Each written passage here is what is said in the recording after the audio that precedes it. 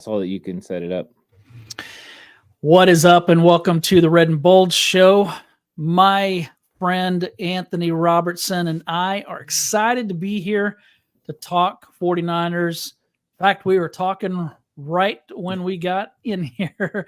How's it going, Ant? It's going good, and we got some new updates. Kalia Davis practice window that's opened up. That's good news, and I think that we're hoping for more good news on the injury front as the week progresses because the 49ers got a tough game against the Arizona Cardinals. Don't let the 1-3 record fool you. They're a good team, a really good running game, and so the 49ers, it just doesn't get easier from here. It just gets more difficult over the next 4 weeks, and they've got a big stretch that they've got to win. But I'm feeling good because I broke down the All-22 film, and I'm very happy with how the 49ers played in that game against the Patriots. And their defense, the Patriots defense, is no joke. That's a good defense. I'm not saying it's a top, 5, top 10 defense, but I'm saying it's a very good defense, top half of the league. And they played really well on offense. And that's good news. Anytime you can put out good tape and play well, you can usually build off of that. Yeah. And you're right. This stretch of games is going to be tough. You have the Cardinals, the Seahawks in Seattle on a Thursday night. You have who else is in there? The Chiefs, the Cowboys, I think, are in there. That's it. So some tough games coming up. It's possible that the 49ers could win them all. It's possible they could lose them all.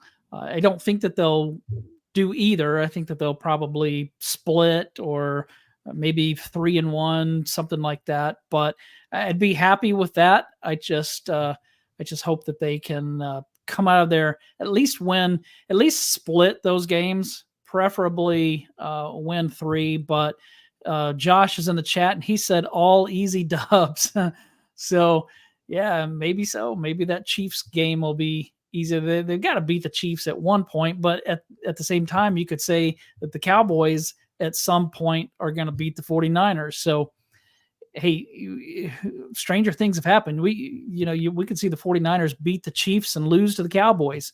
So we could see them beat the Seahawks in Seattle and lose to the Cardinals. You never really know in this league, but we will see. Well, let's talk about some of these. Let's talk about the Patriots game.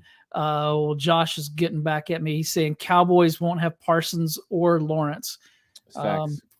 Yeah, it's definitely going to be harder for them but their offense is what carries them. So we'll see what happens. All right, let's talk about that Patriots game and some of the things that came out of that. First thing I want to ask, is the 49ers defense back, or is it just that they were playing an offense and a quarterback that's not that good? Well, you can only perform against the team that you're going to play. And I thought playing against New England, they did a really good job. They stifled the run game of Ramondre Stevenson, and that New England Patriots offense was averaging 144 yards per game. They came in, shut them down, held them to 73. Anytime you do that, you're doing a good job when it comes to your fits and being in the right place at the right time. And I thought they did a pretty good job of slowing down that run game. Now, it helps when your offense is also making some plays, but when you're making plays on defense, Fred Warner getting the interception, the pick six was huge in this game. I don't know if I say the defense is all the way back, but I thought it was a nice step in the right direction. And I saw some things from Nick Sorensen that I really liked as far as some of the scheme things that he did. I think we just lost you there for a second. Your screen went black and you cut out on us. So you were saying that anytime that you can hold an offense down the way that you hold them down, that you're doing something right because you can only play who's in front of you. Right. And so Nick Sorensen, I thought he did some good things in this game. I like some of the schematic things that he was able to do. He kept the New England Patriots off balance. He brought 5-man defensive lines. That was great against their 12 personnel. I think that's something they can continue with. And in fact, that's something the Commanders did to the Cardinals. So we might see a little bit of that in this game as well. I like that look. I like the run blitzes as well. I thought the run blitzes were really good for the 49ers. And so overall, I thought it was a good performance. Nick Sorensen did a good job, and you got good execution from most of the defensive players. Overall, happy with their performance. Yeah, they dominated like they should, and really that defensive line got after the Patriots, made Jacoby Brissett. I don't know how that guy was walking the next day because they pounded him. He really took a beating, and so it was great to see Nick Bosa. Great to see the rest of that defensive line perform as well as they did. That's the kind of game that we want to see. Were there any surprise, like defensive players that you were surprised to see jump out at you? I mean, obviously, Evan Anderson played in his first game. We had Malik Mustafa starting on defense. Who jumped out to you that you didn't expect to jump out? I think there was two guys on the defensive line. I think first off, Jordan Elliott. I thought he would do well, but I thought he did really well. And he looked great when they put him in the zero tech over the top of the center and those 5-man fronts. He was getting a big push up the middle. He was getting skinny and playing better against double teams than I've seen him do. I thought he played really good in the first half. And we know he took friendly fire from Malik Collins and he was out for the second half, but I thought it was a performance they could build on. I like that from him. And then I think Sam Okawanu, I think he's been on everyone's chart now as he got everyone's attention from what he did in that game. He played well. Was it perfect? No. But was he out there making plays? Yes. And so I thought he was a nice addition to that 49ers rotation, and getting the ball out, causing a turnover is huge, but also he had a tackle for loss as well, where he flew upfield and stopped Ramondre Stevenson on a pitch play. You haven't seen that so much from 49ers edge defenders, and especially not the backup edge defenders. So that was good to see. So I thought two defensive linemen, one on the interior and one on the outside, that both played really well in this game. What about Malik Mustafa? He missed a tackle early, but he made some plays, and everybody's seen the play where Fred Warner returned the interception and Mustafa put somebody on their back. What did you see from him? I think right now he's playing a little out of control. He's so excited. He wants to go in and make plays. He pulls the trigger. I love that about him, the instincts. But right now he's just out of control, and he needs to kind of bring it in. It needs to be more of a controlled frenzy. So he needs to be able to kind of harness what he's doing and make sure he's getting the technique right. Still want him to keep all the instincts, the ability to pull the trigger, go downhill, make tackles, be aggressive, but you've got to do it in the right way. And I think that's what he's learning right now. And you can usually find his mistakes with him being out of control or too anxious or too willing to go make a play. Those are things you can work with, but right now it's kind of catching up to him a little bit. At some point, he's going to figure it out and he's going to be just fine. But I like the eagerness. I love a guy that's wanting to go make plays. I'd rather have an eager player than a passive player. But right now he's got to figure out when to be aggressive and when to kind of sit back and just kind of take your time. And I think he'll learn that through more snaps and more maturity. Let's see. Where did I see this? Kenny 49ers said we beat a terrible team. Yippee. Yeah, right. New England's a terrible team, but they beat them like you should beat a terrible team. I mean, when you have a team like New England, you ought to beat them pretty bad, and that's what the 49ers did. Gold-Blooded said, I'll hold out until they play Arizona and Seattle, two teams with good physical running games and deep threats.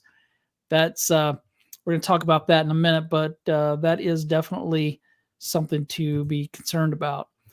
How about this? Josh mentioned this earlier. Special teams keeps teams alive too often this season. How do they fix the special teams unit? Because they have the second game in a row that they almost let a team back into the game. I mean, against the Rams, they did have some special teams gaffes that let the Rams back in it. And that also almost happened against the Patriots. So what do you do? How do you fix the special teams unit, especially in the middle of the season when I really don't see Kyle Shanahan firing Brian Schneider? Especially in the season. So how do you fix a special teams unit that's struggling right now? First thing you do is you recognize what your problems are, and they made some critical mistakes in week 2 and week 3. And I think those are really the problems that everyone is seeing, is that Brian Schneider made a couple of coaching errors. They made some alignment issues, and then they just weren't on their P's and Q's as far as responsibilities, including the block punt against Minnesota. all you can do is go back to the part where you find out what those mistakes are and then correct them, coach them, go in there and get reps and work on it. And the more reps you get, the better these guys will get at it. I think that when it comes to this game and the fumble by Isaac Guerrero, it's a little bit more of an outlier. You can't coach, anymore that this doesn't happen, right? You can potentially pull him off, work on him not holding on the football, work on fumble drills and stuff like that. But the truth is, he works on that every single day with Bobby Turner in the running back room, securing the football. It's something that he does day in and day out. So I think it was more of an outlier when it comes to this game, but weeks 2 and 3 were really bad special teams wise, whether that was schematically or just the choices that were made by Brian Schneider. So you got to go back, make sure you know what you're supposed to do, and then handle it in a big way. They got a chance to turn this thing around. You're only a quarter of the way into the season, 3 quarters left. You can turn it around, but they need to pay attention to detail and they need to be on their P's and Q's. And if you're not, you're going to have more lapses in judgment. And you're right. Those types of things can hurt the football team. It's a third of the game. Can't allow that to be a reason you lose football games. Kenny 49ers said, I heard we don't even practice kickoffs. Is this true? You've been to training camp. What have you seen from their special teams practices? Yeah, they did practice kickoffs. One of the days I text you because you were asking me about it. Both Friday practices that I was there early on in training camp, they practiced special teams in 2 different sets, including kickoff and kickoff return. And it was a lot of reps over that time period. They spent about 30 minutes in total each day on special teams in kickoff and kickoff return. And so, yeah, I saw it a lot. There was several days that they didn't work on it as extensively, but that's kind of to be expected when it comes to special teams. They work on different things. So there's so many different teams units, punt return, field goal. There's a lot of things you work on, a lot of techniques. So they went through a lot of things, repped a lot of those things, but kickoff and kickoff return were worked on, especially on those 2 Fridays that I was out there. Got a couple of questions about the 49ers re-signing Jalen Graham. Lou asked thoughts on reacquiring Graham and Campbell's play, talking about Devondre Campbell. And then Josh asked, signing of Graham he's asking if it has any indication on Fred Warner's availability this week. I think it comes down to the availability of several linebackers. Kyle Shanahan mentioned, D. Winters is still been dealing with an ankle off and on. You've got Demetrius Flanagan-Fowles who stayed down, and so you've got that to monitor. So they just got a health issue with Curtis Robinson going on the IR. I think it makes sense. You have a player like Curtis Robinson that could do it all, and he's a great special teams addition as well. He's out, so now you have a roster spot to fill, and I think with the injuries, Jalen Graham made a lot of sense. I love that move. I think you put a guy in that already understands your system. He doesn't have to learn. You plug and play. He helps you on special teams, and he gives you depth at the position. So we know that they weren't really ready for Tatum Bethune to get significant snaps. He's not good enough, again, in coverage yet. So getting Jalen Graham back in is a good move. I don't think it means Fred is not going to play. I think what it means, though, is they're insulating themselves in case they have some injuries at the position still. So they had to do it, and I'm hoping that Fred's still going to be able to go, but we'll see. He didn't practice today. Yeah, I tend to agree. I don't think that Jalen Graham coming back has anything to do with Fred Warner. Let me ask you this. Is Brock Purdy the best quarterback in football right now? Obviously, I'm not asking is he better than Mahomes or Burrow or any of those guys because, when he's picked in the last round for a reason. Not entirely sure what those reasons are, but I think they have to do with measurables like combine type stuff and arm strength and all of those things. Although he throws the ball like I never see him come up short. Like if he throws it deep, or if he has to throw the ball outside the pocket, outside the numbers, he seems to do just fine. So I think he's plenty athletic. But what do you see from Brock Purdy? Because right now, what he's doing is very impressive to me. Right now, in this moment, he's playing as well, if not better, than every other quarterback in the league. Yeah, I think if you wanted to say he was playing the best at quarterback in the league right now, I don't have an argument with that. He's been playing really well, and he's taking this 49ers offense to another level. because there was always limitations with quarterbacks that the 49ers had before. There were certain things that they couldn't do. And Brock Purdy's proving right now that he can do it all. So what teams would do to the 49ers before Brock Purdy was they would muddy up the middle. In between the hash marks, lots of bodies. They would take things away, those deep crossers. They'd make it tough, especially for previous quarterbacks that couldn't win outside the numbers. What did Brock Purdy do over his first 2 seasons? He proved he could consistently win outside the numbers. So now teams have been spreading out that way horizontally, and now he's proving that he can beat them vertically. Against the Patriots, they wanted to sit on those crossers over the middle, which normally would have been a huge problem for the 49ers, but not with Brock Purdy there. He's able to go deep down the field. He hits Debo. He hits Jawan Jennings. Big explosive plays. And he's willing to take shots even to a guy like Chris Conley, who went for a vertical that didn't complete. But the willingness to do so can take a defense and make them change their philosophy or what they want to do against you. And that ability to be able to do what you want is huge. And Brock's vision, his ability to create when things break down, but also win from the pocket, he's just a complete quarterback. And that's exactly what the 49ers always needed. And so I've been very impressed by him. I only find a couple of plays here and there when we do breakdowns where maybe there's a miss.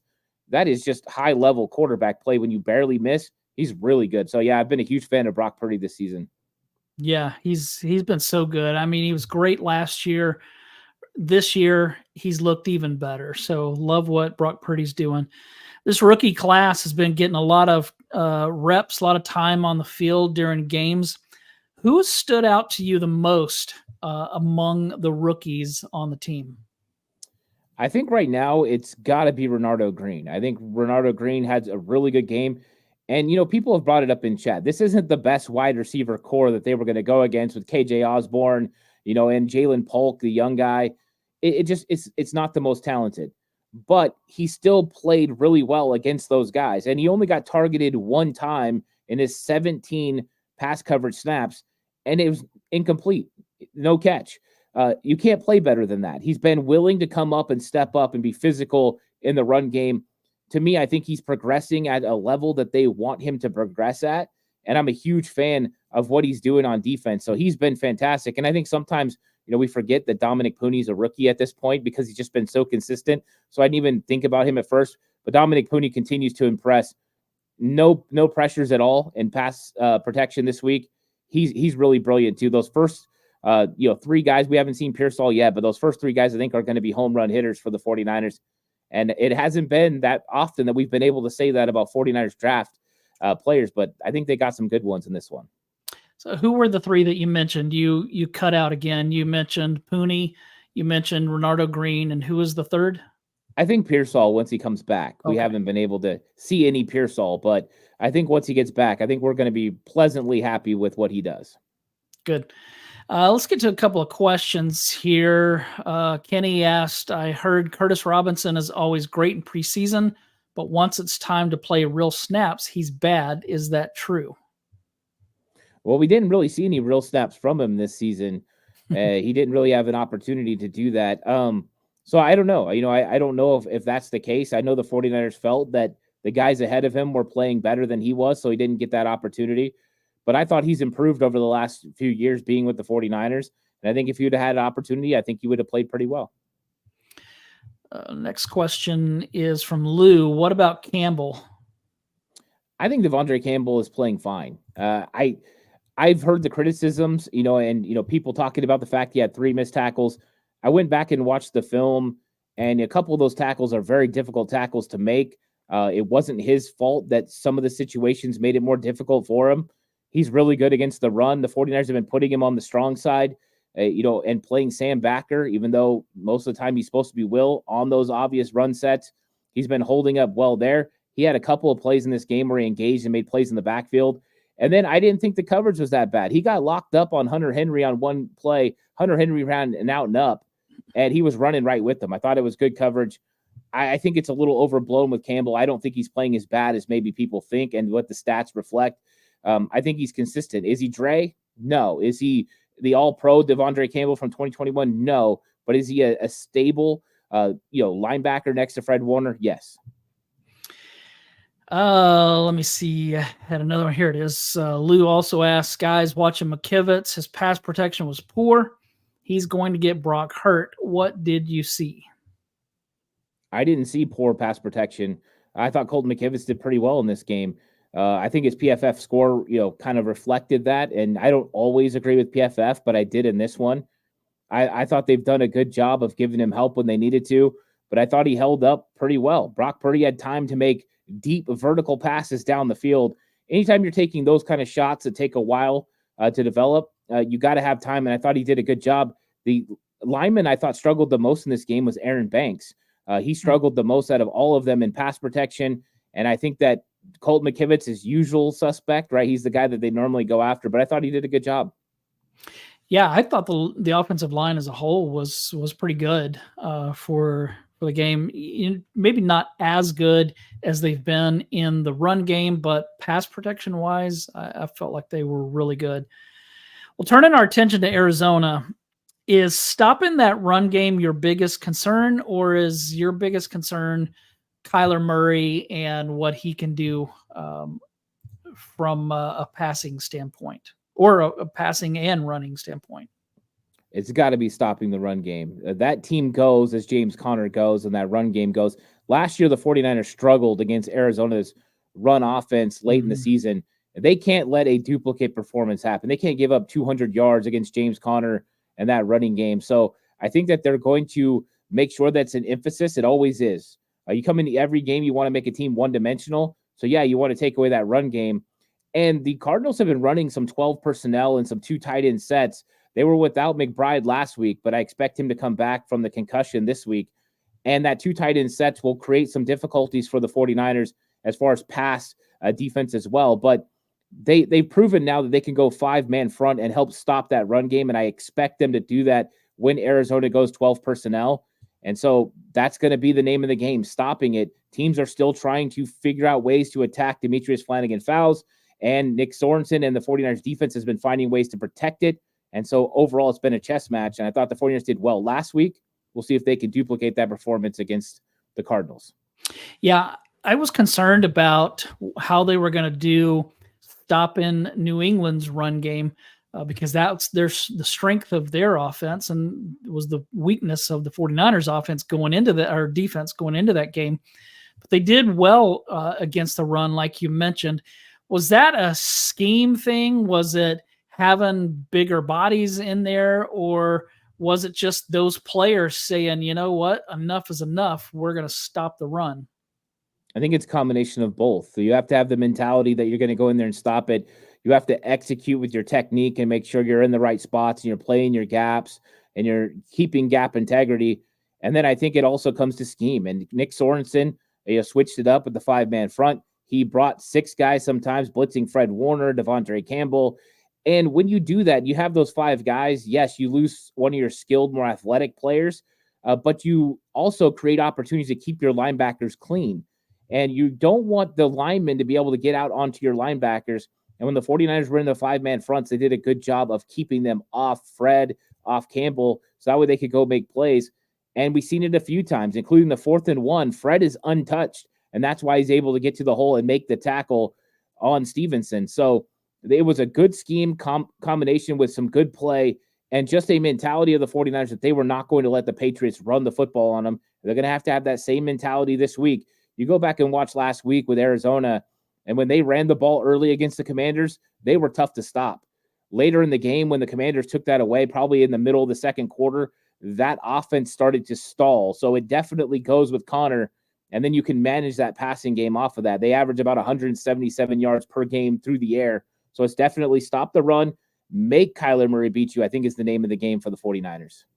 Yeah, and they did bring extra blitzers more often, extra pass rushers, and that was a welcome sight because it really caused a lot of problems for the Patriots.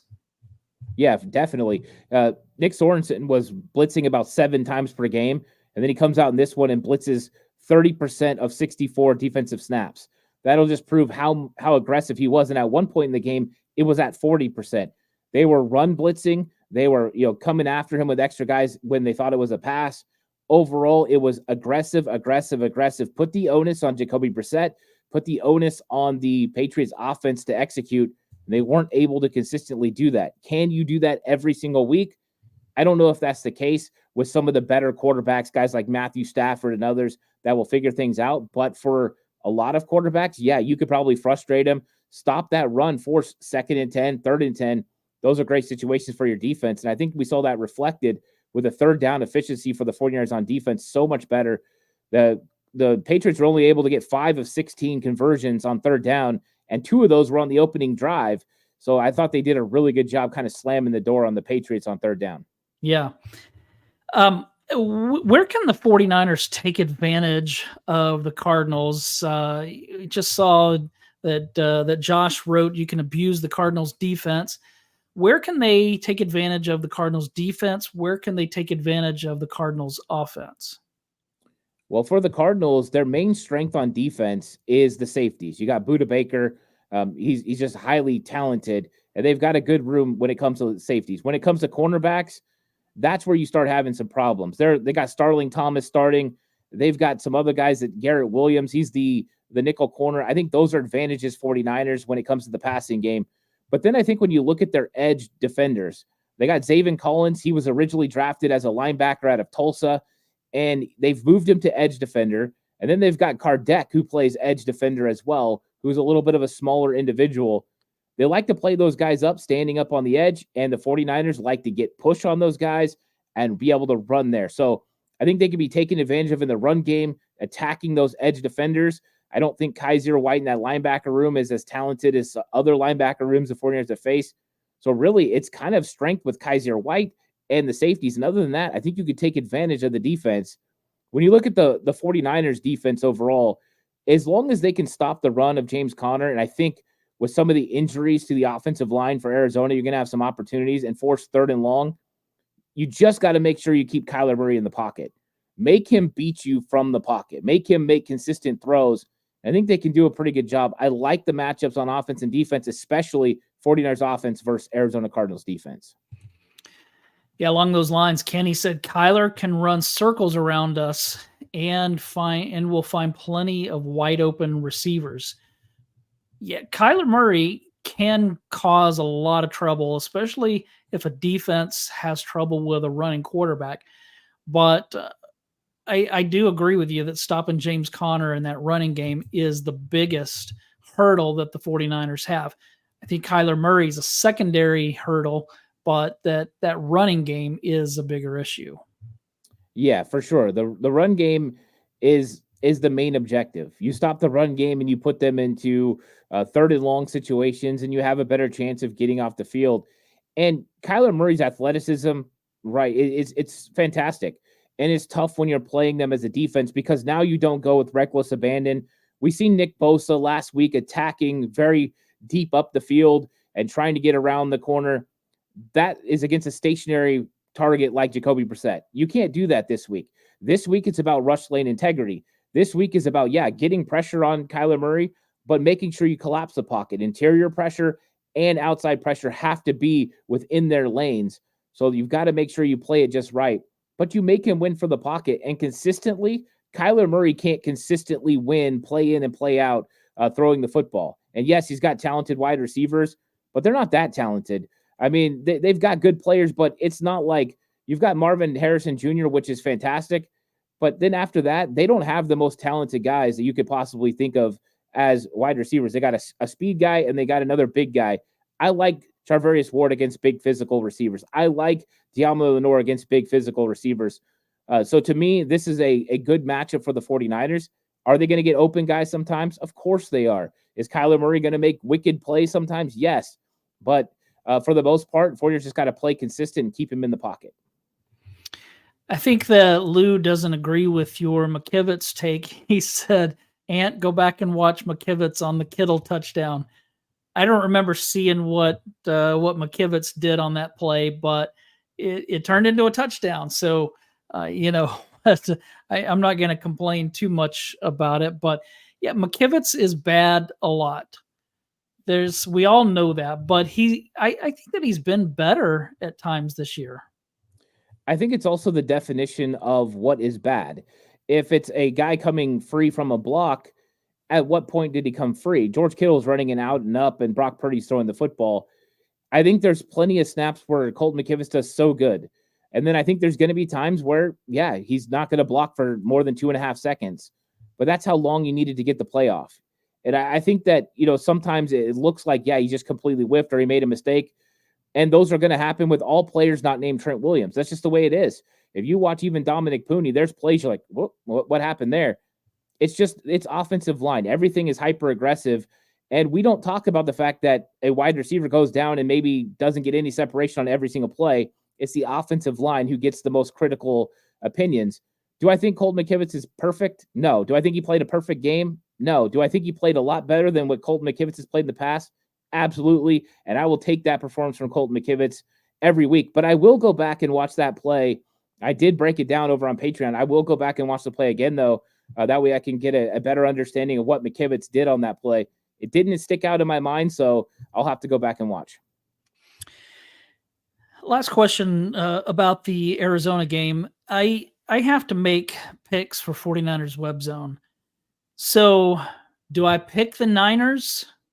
I haven't picked against them this year. I don't think I picked against them last year either. So do I stick with them?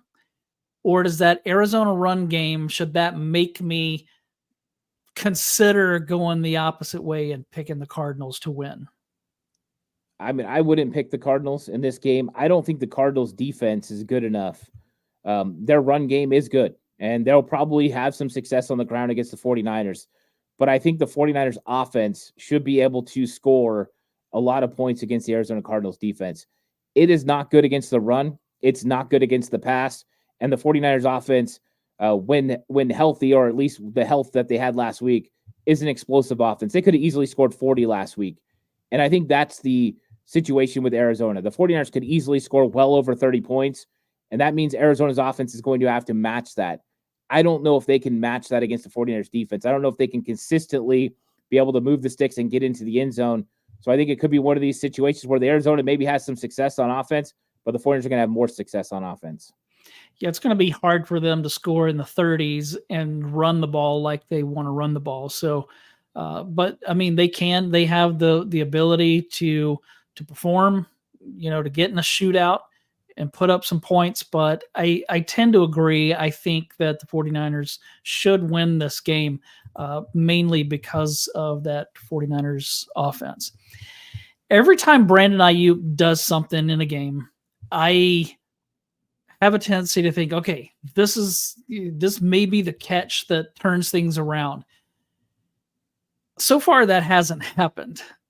Are we going to see him turn it around and look like himself this year?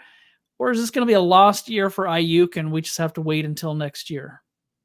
I think we got a long time to go before the season is up, and he's gotten better each week. I think he's gotten more crisp. He's gotten more comfortable. I think that there's still areas that I'm expecting his game to get better. He's not blocking to the level he blocked last year. Some of his routes, he's kind of rounding some things off and not as flat. I don't think his routes are as crisp as they were last year. But all that stuff is going to kind of round into form moving forward. I thought what we saw from Ayuk, though, that deep, the deep dig route down the field, 38-yard gain, that was nice to see. That play alone kind of set up some plays for the 49ers vertically down the field later. I thought that was great. And then that third down catch he made, that was basically Ayuk doing Ayuk things. I mean, just picking that up off the ground was a fantastic play. Pivotal plays in this game. So is it where we want him to be? Absolutely not. But let's see what it looks like 4 games from now. When we get to the Cowboys game, we might see a very different Brandon Ayuk by the time we get there. And what we're really hoping is by the time we come out of the bye week, we're getting the Ayuk from last year. And I think that's kind of what we're trending towards, but it is getting better week in and week out. So you're going with 49ers to beat the Cardinals. What about over the 3 games after that? Do you think they're going to go 4-0? You think they'll go 3-1? I don't know. I do think that beating the Arizona Cardinals and Seattle Seahawks are the most important of the 4 games. And I think that's what they're going to put a lot of their focus on. I think it's going to be tough when it comes to Kansas City because Kansas City is going to be coming off a bye. And I know the 49ers are going to have a mini bye, but they're coming off a full bye. And they have a really, really talented defense. So we'll see what that one looks like in a couple of weeks. But I think the main target is going 2-0 in the next 2. I think they can do that. They've proven they can go into Seattle and win. They've given Geno Smith problems over the last couple of years. And I just think that Seattle defense isn't ready yet. Mike McDonald's making some changes, and I don't think they've got the personnel that he needs to run that defense consistently, watching the Lions kind of cut them up last week. And so I think they can win these first two. The Kansas City game's tough. And then I do think Dallas, right now, the 49ers have a real chance. Brandon Cooks is dealing with something. You've got the injuries on defense. They have CeeDee Lamb and no real running game. And so I don't know. I think the 49ers have a real good shot of going 3-1, 4-0 in this stretch, and that's tough, especially with 2 games in the next 8 days. That's not easy. But if you can come out on the other end of that, I think they'll feel really confident about where they're at.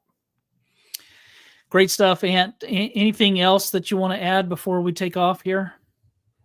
Just the Niners need to get this win. It's a divisional matchup. You can't go 0-2 in division.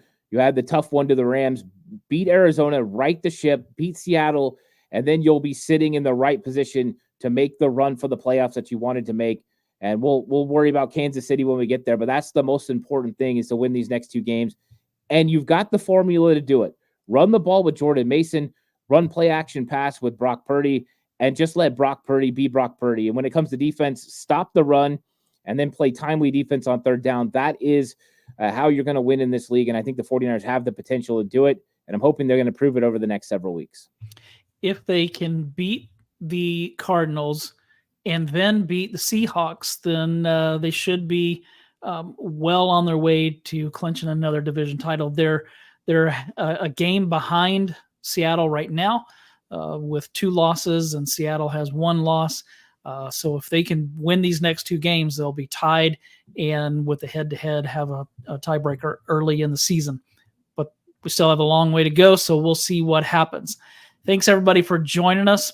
We'll be back next week with another episode of the Red and Bold Show. Please take a minute to subscribe to both channels. We would appreciate that. We appreciate all your support and your love and all that. So appreciate that. Rick says, Rick Diaz in the chat, who cares about Seattle? Who cares? Let's go 49ers, get that W. That's right. Yeah, we don't care about them. So, and Kenny's predicting 6-2 before the bye. So let's do that. They'll be well on their way if that happens. So thanks, everybody, for joining us, and have a great rest of your week. We'll see you next week on the Red and Bold Show.